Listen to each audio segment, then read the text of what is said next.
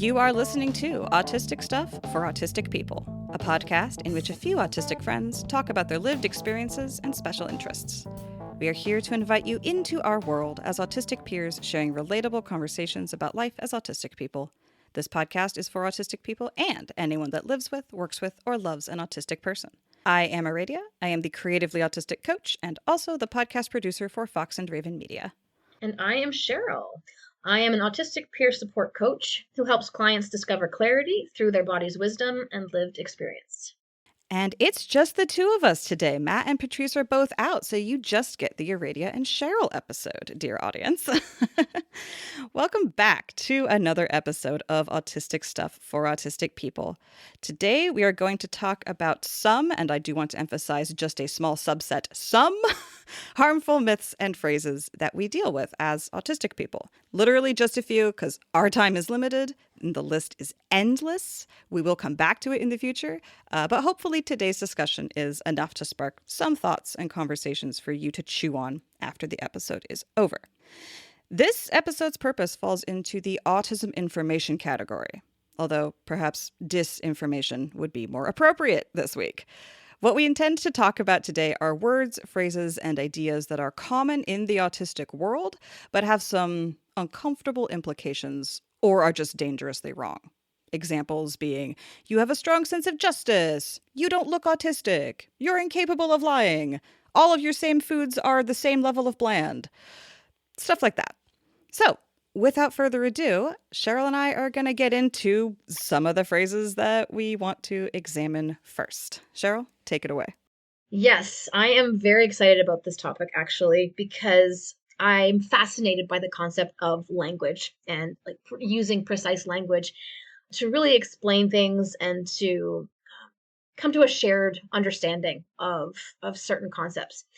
And some of the phrases that are really at the forefront of my mind today are phrases that at first glance seem very benign, I guess is one word, but also almost complimentary. Like somebody's actually trying to give me a compliment. And so when we're talking about these phrases today, I just want to talk really briefly about kind of why we chose this topic for this episode. None of these phrases are intended to bring any judgment to people who have used these phrases in the past. This is a very informative, more education-based episode where, we can kind of unpack some of these phrases that are really common right now in the larger, society or on social media, with really the goal, at least for me, to unpack them, to give autistic people who hear them, an understanding of why they might feel uncomfortable when they hear them, as well as, non-autistic people who are using them, maybe some understanding of why it's harmful, so that maybe they can learn a little bit and maybe ask some questions. So the top three for me right now that are just, that I heard a lot after I told people I was autistic. This was about 3 years ago now. There's three phrases that I got a lot from a lot of different people. You don't look autistic. We're all a little autistic. And you must be high functioning, right? And so on the surface of this, I know they meant well. I know there was no malice intended. And a lot of people might say, well, what's the big deal? They're just words.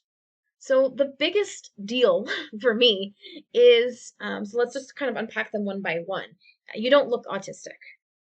What does autistic look like?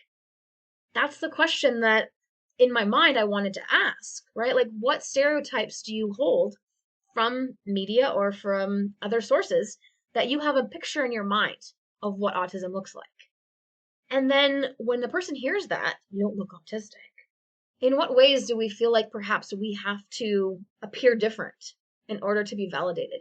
In what ways does that contribute to imposter syndrome or feeling like we have to change certain aspects of ourselves in order to be accepted into the autistic community, to receive support, to even validate our own lived experiences? And that includes a lot more masking, which is exhausting, right? So that's the potential danger of that particular comment.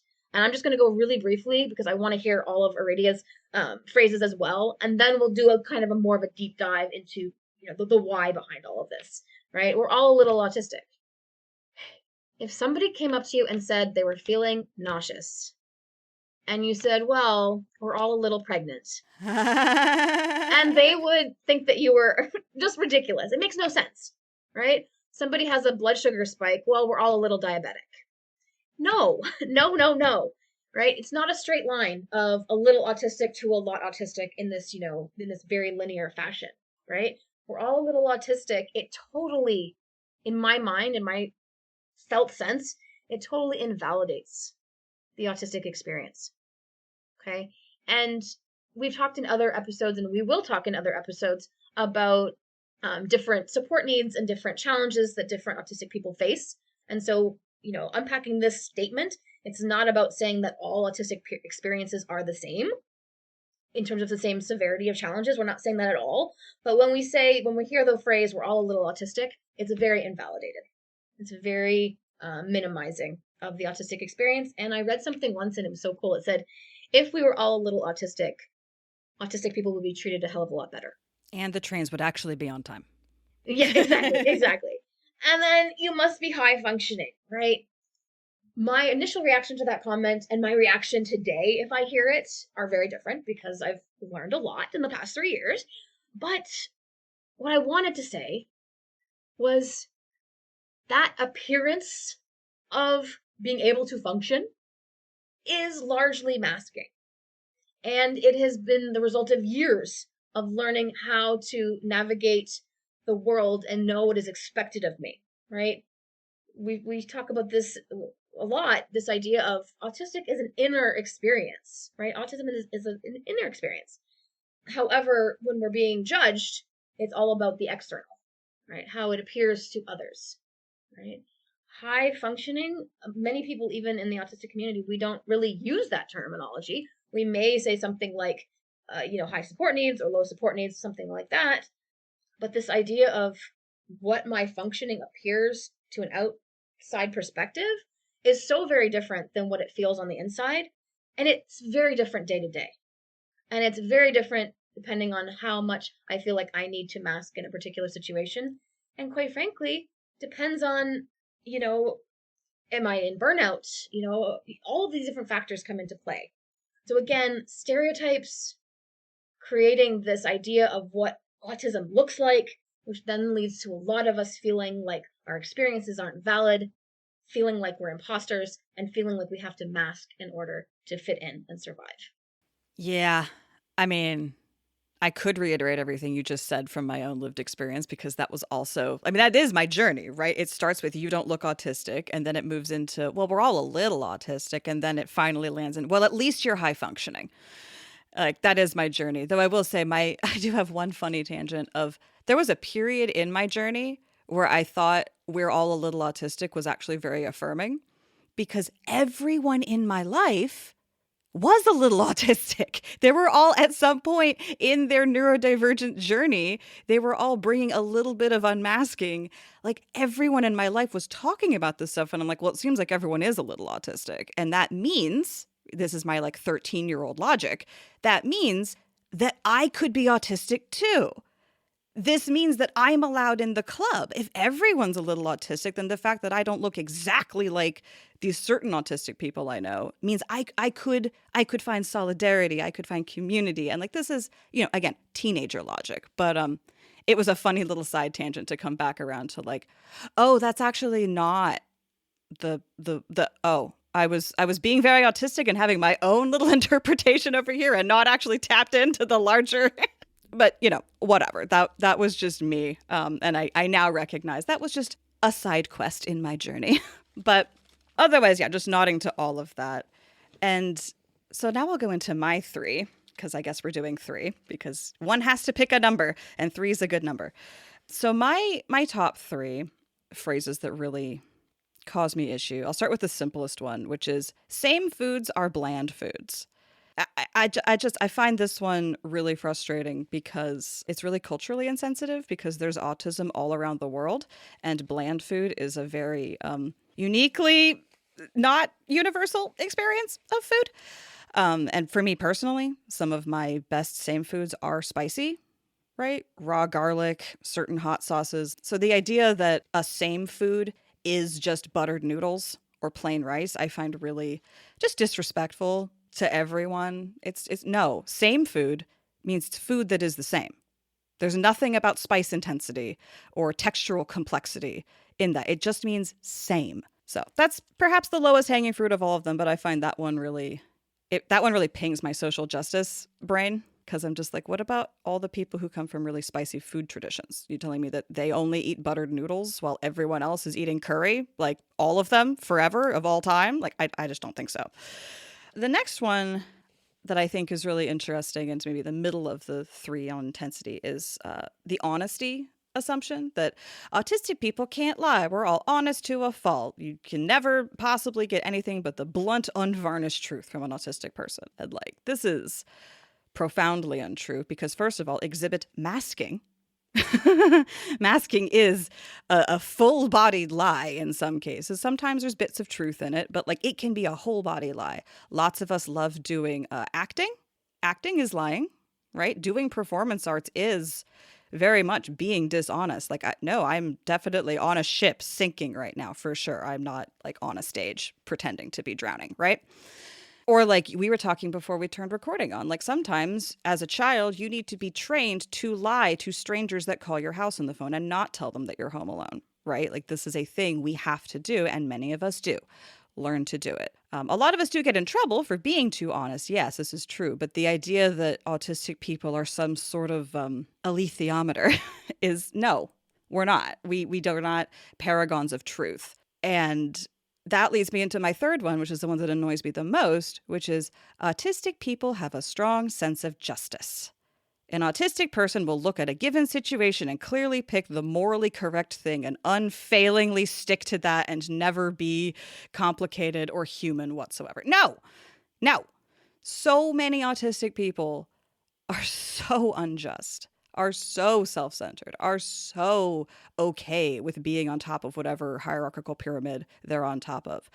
I think, from my experience as an autistic person, I don't have a sense of justice. I have a sense of fairness as it relates to me.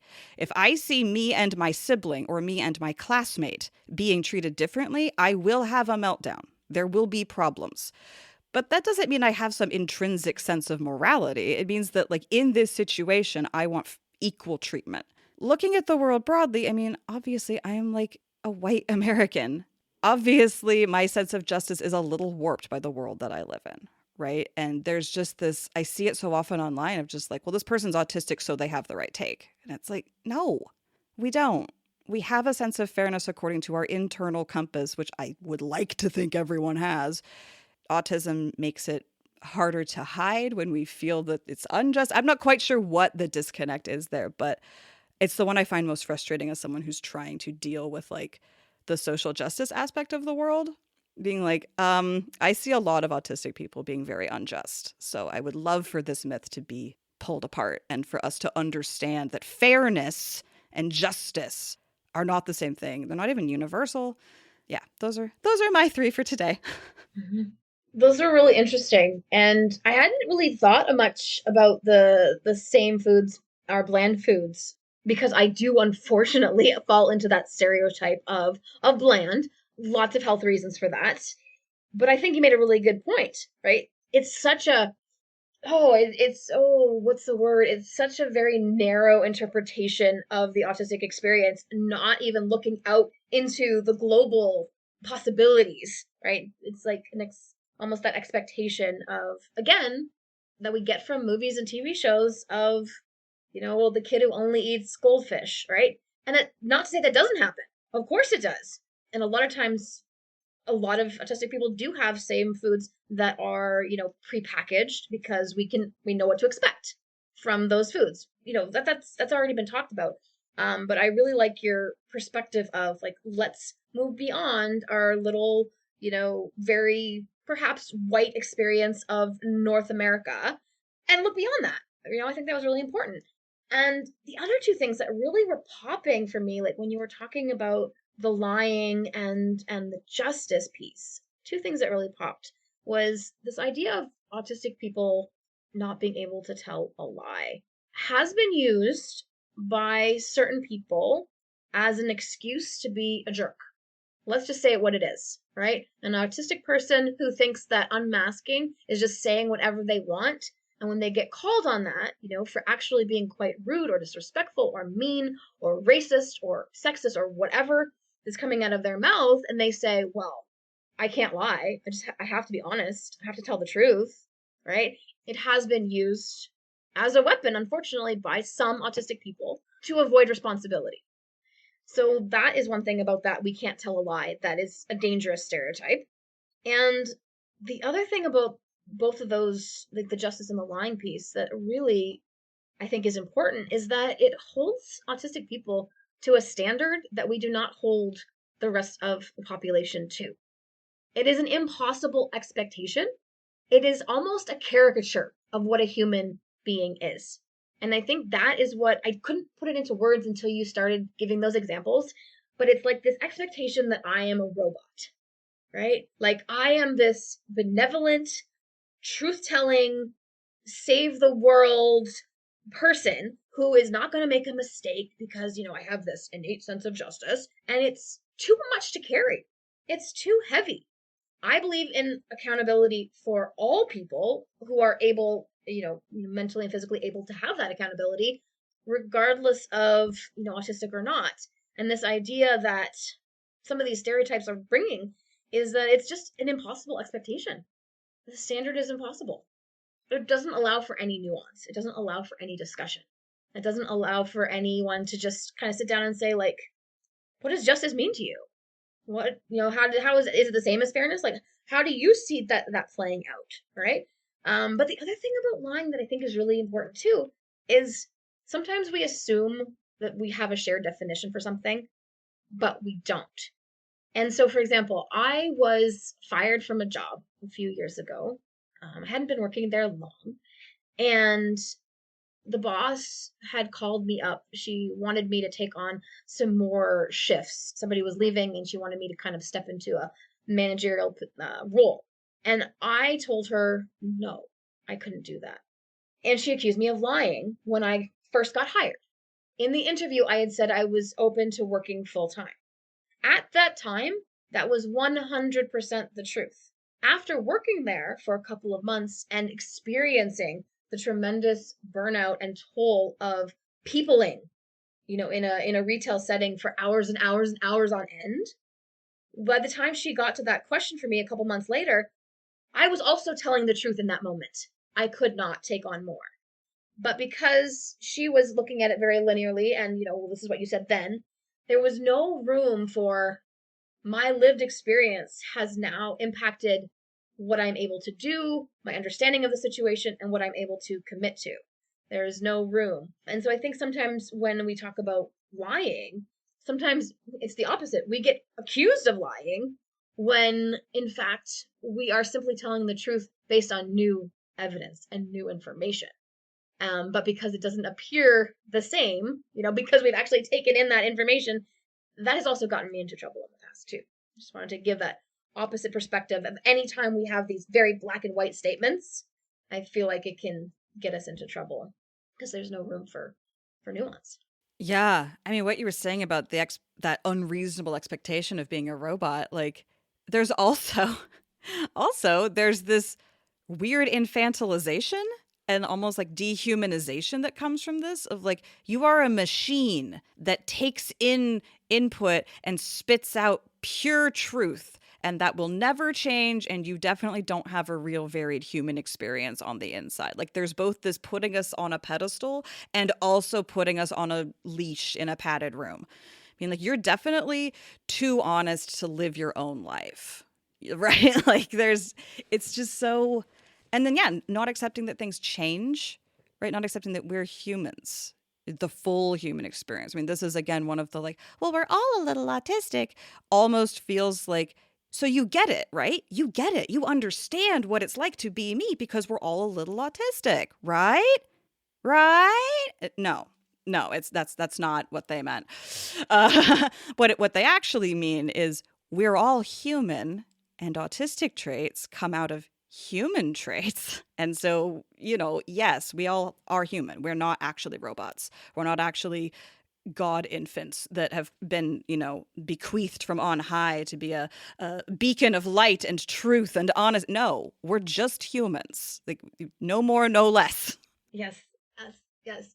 And this is so interesting too, because I think this is taking us into some deeper territory of when we have language that is being used in common discourse and we don't actually unpack it, and we just accept it, and it just gets thrown around.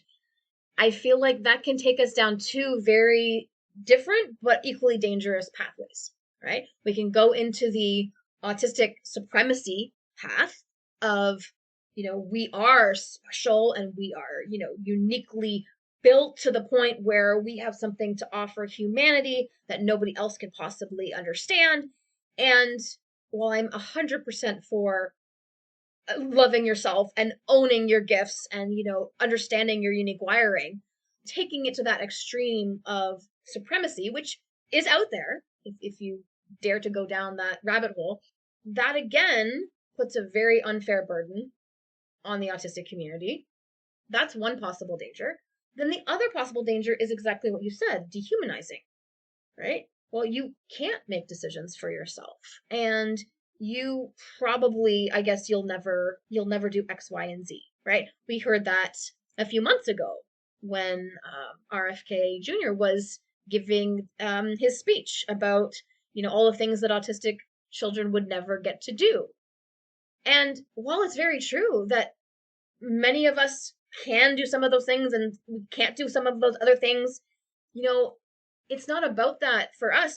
For us, it's about, like, those things don't define our worth, right? Whether I pay taxes or not, whether I have a job or not, whether I'm in a relationship or have children, whether I am able to own my own home, all of those things are very, many of those things, not all, but many of those things are very, capitalist trappings. And did I, like, check off a certain box in my life to prove my worth? And so when we go down the dehumanizing path of this language, right? You're just, like, whether it be like, you're robotic or you're not meeting, certain standards or expectations, depending on your level of support or whatever, that can be really dangerous as well. The second that we start to equate humans with machines that are not up to productivity standards, right? That is bad for all of us. And when I say all of us, I mean all of society, not just autistic people, right? These are dangerous, dangerous ideas that we really have to talk about, right? We're people, we're not machines, but we're also not angels. We're not pure as the driven snow, right? Like, we make mistakes, we struggle, we fall down, we sometimes need way more support needs one day than another day. Sometimes we get angry. Spoiler alert, we get upset, we have a sadness, we have all the emotions, right? And I feel like this is so basic, and I'm really not trying to be, but we're people. And if you want to know about an autistic person, then if they're able to speak and share their life experience, listen, right? If they're not, you may have to get creative in learning more about their life experience, right? Expand into listening and learning from different creators, right? BIPOC creators, queer creators, people who are autistic, and many other, positions in society. Because then we could have a really interesting conversation about language, right? When you see how it's impacting a lot of different groups, not just those of us with the privilege to have this conversation in the first place and not get knocked down for it. Right. I was also thinking as you were talking about just how much this is not just a autistic people versus the rest of the world. This is like every supremacist system telling people you need to be this productive on this schedule, otherwise we need a medical professional to fix you. Like, this applies to everyone living in this capitalist world, right? Like, we're talking about it from this autistic perspective, but so much of what you're saying, I'm like, this just applies to like everyone forever and always. Again, we're just human. And this also makes me think of something you were talking about much earlier in the recording of having a shared definition of something, Right, like we need to like words need to mean things. This is one of my constant refrains this last year. Is words need to mean things, which means we have to be able to converse about what words mean. We have to define what any of this means and not just go in guns a-blazing with whatever our own personal first interpretation of a word is. Like we need to be in community about words. And then that takes me into another thought I was having, which is like we need to know what our values are. We can't just say, "Oh, I have a strong sense of justice," and not examine, well, what do you mean by justice?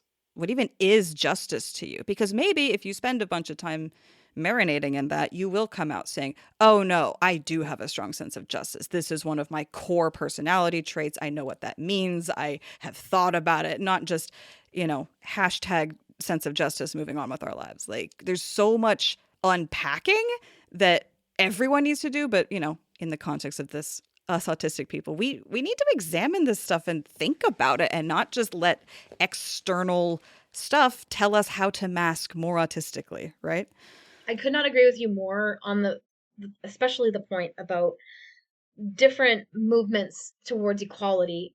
The things we're talking about today having, connections to all of those movements, all right? I mean, the current autistic push for equality and better treatment, like we are standing on the shoulders of previous disability activists, previous Black activists who were fighting for civil rights, previous queer activists who were saying like, the way we're being treated is horrible and we need to come together and we need to actually look at the way society is structured. Like we are not this, island making this up from scratch.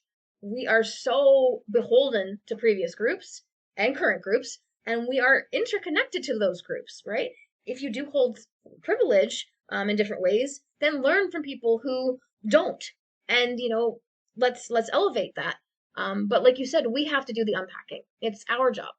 It's not anyone else's job to do that emotional labor for us. Like we have to do the unpacking of, for example, do I have a strong sense of justice or have I been taught certain exceptionalism, right? Do I really have justice for all or is it justice for people who look like me, right? And then you start to unpack like, oh, there's a lot of stuff happening right now and we need to really be looking at our biases even within this love of justice, right? We have to do the anti-racist work, the decolonizing work, and learn from people who have put out some amazing resources. So yeah, again, it's not this black and white, like, well, you're autistic, so you must have a strong sense of justice. Yeah, but I was also marinating my whole life in, racist ideology that you have the responsibility to unpack and unlearn and then actively work against, right? So I think this conversation is so fascinating to me because we get taught these binaries so early on. You're a liar. Oh no, you always tell the truth. It's always like an always. But there's so much in the middle, right? There's so much in the middle. This is our bonus seventh point. Black and white thinking. This is another myth that us autistic people are constantly being faced with is everything is black or white to us. We only think in binaries. We have no nuance. As the last 30 minutes should have demonstrated, incorrect. So incorrect. I can't even put into words how much that one is dangerous. And the other thing you said that I think that was so important is having this shared understanding of language, right? We have to do the work to come to a shared understanding and use words that so that it means something. We're not just throwing words around. And what I'm about to say is not directly autistic related, but it's something that I'm really passionate about. So I'm going to say it. This idea that I've seen lately with everything going on with Trump and the Epstein files, and there's so many people talking about, abuse and, the abuse of power and, child abuse and the abuse of women and girls. And it's a very important conversation. But how many media outlets have used terms like underage girl? No, that is a child, right? We throw words around to kind of obscure the truth so often in the media. And then when somebody says, actually, that's not what that means, like we need to have a really important conversation about this, it's like, well, no, I don't want to go there. But the words used in discourse in the media, in social media, in our own individual lives and conversation, shapes how we view our reality, shapes how we view people, human rights, the whole thing, right? So this is why words are so important, right? I don't know. I can't stress that enough, right? I saw an article the other day and it was something like woman killed after walking her dog, or woman killed while walking her dog. And you're like, in my mind immediately went to like, oh my god, was she attacked? Was she attacked by a dog? That was what my brain went to. No, she was attacked by an ex-partner, I believe. Right? So rather than saying man kills woman, like actually saying what happened, who the actors were, who was the active participant in that situation, we we just kind of play games with our language and we think it's no big deal. And yet it's shaping policy, it's shaping discourse, it's shaping understanding, it's shaping perception, it's shaping how we see the world and how we treat other people. So that is why this conversation is so important. These so-called benign phrases about autism and autistic people shapes how the world sees and treats autistic people. Yeah, absolutely. It's so you can't think outside of the information you have, or at least it's really hard to. You're not going to casually and automatically be thinking outside of the framing that's been given to you. You are going to start where you start, and you will have to work outwards from there. And supremacy thinking is baked into everything. It's all of our words, all of our institutions, how we even define things like gender. Like, I'm non binary, so I read a lot of stuff about concepts of gender outside of the current Western canon. And like, there's not just, oh, there's 6 genders in the Jewish tradition and there's a third gender in this one tribe. It's like there's whole systems of just gender doesn't matter, or gender is a thing that you inhabit. It's not biologically determined. Or like the concept of like matrilineal or matriarchal societies are not patriarchy with women on top, right? Like there's just these, yeah, there's just so much like we don't even have the language to describe how varied the human experience is with the square one that we're starting at as like top of the supremacy pile in North America. Like every single tool we have to work with is shaped by supremacy thinking. So yeah, you have to break apart not just the sentence but the word in order to like actually see where all of this comes from and how it gets put together. And yes, to a certain extent there's a bit of black and white thinking there of like a word needs to mean one thing and not another. Like yes, there is a bit of like, no, I do need a little amount of binary. I need a certain amount of like there's a line in the sand between things. But again, autistic means human, means nuanced. Yes, but getting to that agreed upon definition can have a lot of gray Yeah. area, Yeah. right? It's in the getting there. Yes, okay, eventually we will come to that agreement, maybe as a society, but autistic people, many of us are open to those discussions of, what does that word mean? Like, let's talk about it. And it often gets shut down as challenging and aggressive and fighting. And it's like, I just want to know what the word means and make sure we're using it the same way. I will be challenging you later in the conversation. But for now, I'm just trying to get the definition straight. Yes, yes, this idea of, and that's another thing we could talk about in another, in another episode, this idea of asking questions for clarity when we then get blamed for being argumentative and, defiant and all of those things, right? It's so many, so again, perception shaped by our language. We can't escape from it. And then you go out and interact with people and they influence you because we are not islands. We are not rafts floating on the ocean. If anything, we're more like an island chain, like Hawaii. Like we are in fact connected under the water to everyone else. It just looks like we're on our own over here on the big island. But like we are all connected and we exist in interactions with people, and it's like learning how to identify these things not just for ourselves, but for our relationships with others, I think. I mean, as we've experienced in our autistic communities over the past 3 years, like being able to have these conversations and set these assumptions aside and really play in the sandbox of gray nuance is like really productive for our relationships with each other and ourselves. It's really, really if we lean into this or away from it in our interactions with people, that has a profound scaling effect on how this impacts us as people. Mhm. The amount that I have learned from other people in autistic community who, have shared their lived experience, who have shared their understanding of certain words and terminology, and that made me really do a deep dive into how does that match up with my lived experience? How do I understand that word?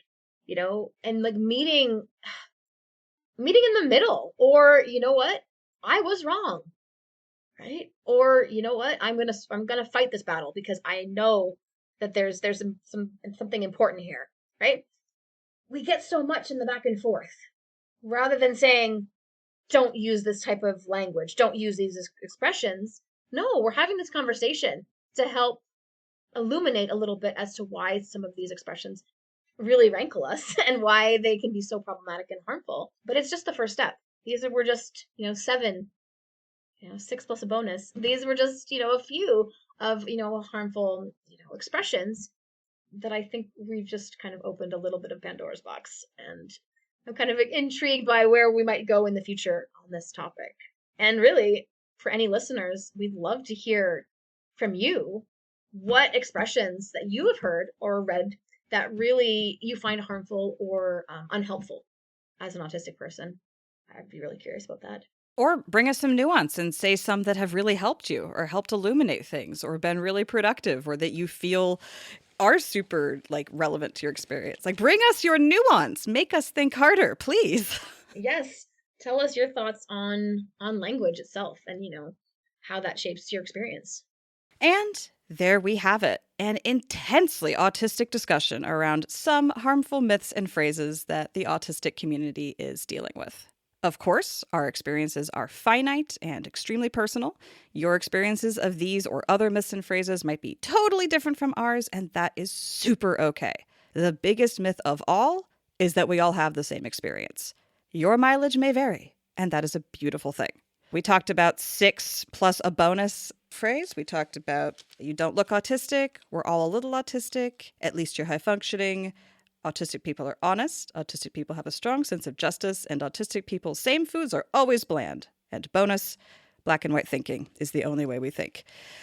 We talked about a lot of things. We covered a lot of territory. This is just the barest little toe dabbling into this topic. I know we're going to come back to this with Maddie and Patrice. I know our audience is going to have thoughts. It's a really good conversation to just keep perpetually open. So we appreciate you all joining us here. And as a reminder, we are all peer support coaches within the Autistic Peer Support Coaching Collective, offering a variety of free and paid intentionally autistic spaces. You can learn more and follow us at our website, autisticcoaches.com. You can support us by sharing the podcast with your friends, peers, and anyone who lives with, works with, or loves an autistic person. Thank you for listening to us talking about autistic stuff for autistic people. New episodes come out every other week. Keep the conversation going on our Blue Sky feed or send us your constructive comments and feedback via email at autisticstuffpodcast@gmail.com. Until next time, ponder what other autism myths don't apply to your life.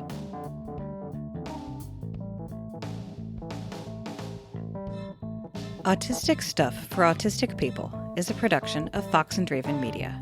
For more podcasts from Fox and Draven Media, visit our website, foxanddravenmedia.com.